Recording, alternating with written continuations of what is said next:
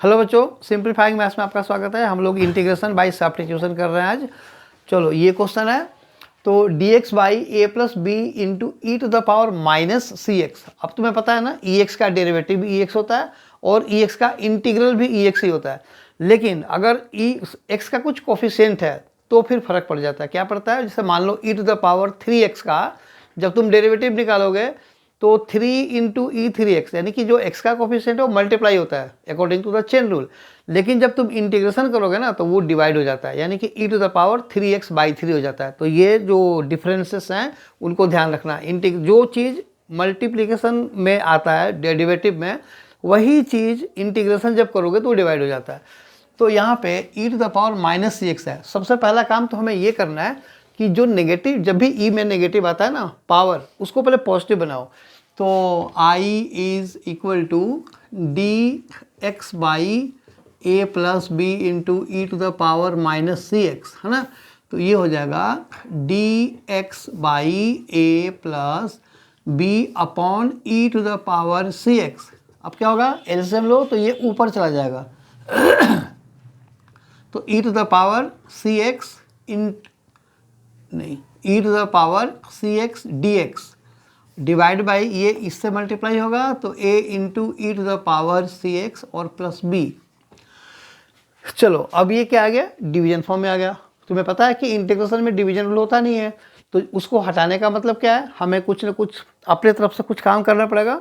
यहाँ पे कौन सा काम करना है? सब्स्टिट्यूशन करना है। देखो E to the power C X का derivative E to the power C X ही होता है। तो इस चीज़ को तुम टी पुट करोगे तो ऊपर क्या आ जाएगा? डी टी आ जाएगा। लेकिन इसके साथ जो नंबर है वो कांस्टेंट है, प्लस में जो नंबर है वो भी कांस्टेंट है। नंबर है तो कांस्टेंट ही होगा, है ना। तो इसका मतलब कि हम सिर्फ इसको टी पुट करेंगे तो क्वेश्चन तुम्हारा एक और दो लाइन लंबा हो जाएगा। तो वैसे नहीं करना कभी भी। जो कांस्टेंट्स है ना उनकी वजह से, मतलब इन चीज़ों को मत लेना, पूरे चीज़ को टी ले लेना। अगर कोई ये पावर, अगर इसके ऊपर कोई पावर होता तब नहीं ले सकते थे, लेकिन इसमें E to the power C X का तो कुछ पावर नहीं है ना, वो नहीं है ना, तो इस पूरे चीज़ को ले लो। तो put a into E to the power C X plus B equal to T implies. अब देखो डेरिवेटिव निकालो, तो ये जो a है पहले ऐसे ही रखो। अब e to the power C X का डेरिवेटिव पहले e to the power C X और फिर सी एक्स का c, चेन रूल के अकॉर्डिंग। तो ये हो जाएगा c into E to the power C X, है ना। और जो b है कांस्टेंट है, सेपरेट है, वो तो जीरो हो जाएगा। तो dx is equal to dt, है ना। सो इम्प्लाइज dx या c to the power e to the power C X और dx, है ना, इज इक्वल टू, ये देखो dt बाई ए सी, ये हो गया ना। अब सीधा उसमें पुट कर दो।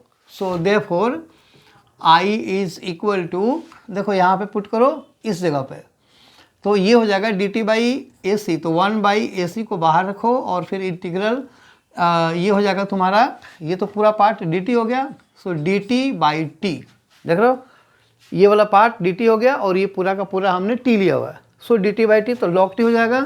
तो 1 by A C into log T plus C, यानी कि 1 by A C into log of t। किसको पुट किया था? देखो, तो a into E to the power C X plus B plus, यहाँ पे अब c मत लिखो, यहाँ पे अब k लिख दो, क्योंकि c हर जगह यूज हुआ है ना। तो जब एंड में जो एक कांस्टेंट लिखता है ना c, तो यहाँ पे c यूज हो रहा है पहले से, इसलिए मैंने इसको k लिख दिया। तुम c1 c2 कुछ भी लिख सकते हो, कोई भी कांस्टेंट, ठीक है। चलो आई होप ये वीडियो समझ में आया। अगर आया तो इसे लाइक करो, शेयर करो, सब्सक्राइब जरूर करना।